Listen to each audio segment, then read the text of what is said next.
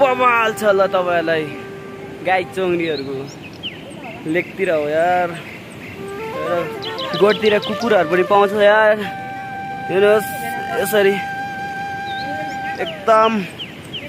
बाछा रेनोला दुध एकदम खाने बाछाहरू यसरी बान्छ लेकतिर चाहिँ बस्ने ठाउँ यो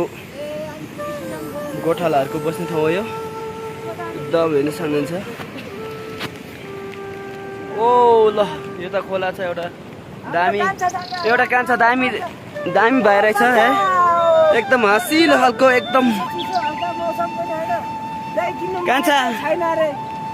तिम्रो नाम के हो कान्छा दोर्ची शेर्पा यता हाम्रो ग्रुप हो यो हामी यहाँ दही किन्नु आएको खासमा दही अहिले उसको दही रहेनछ यता दोर्ची शेर्पा भाइको चाहिँ दही रहेनछ अहिले एकछिन म लिएर दही लिनुको लागि आएको हामी यहाँ केही किन्नु पाइन्छ कि भनेर ल बवाल छ ल बाछा हेर्नुहोला ओ लेक लागिरहेछ यार तुवालो लागिरहेछ यहाँ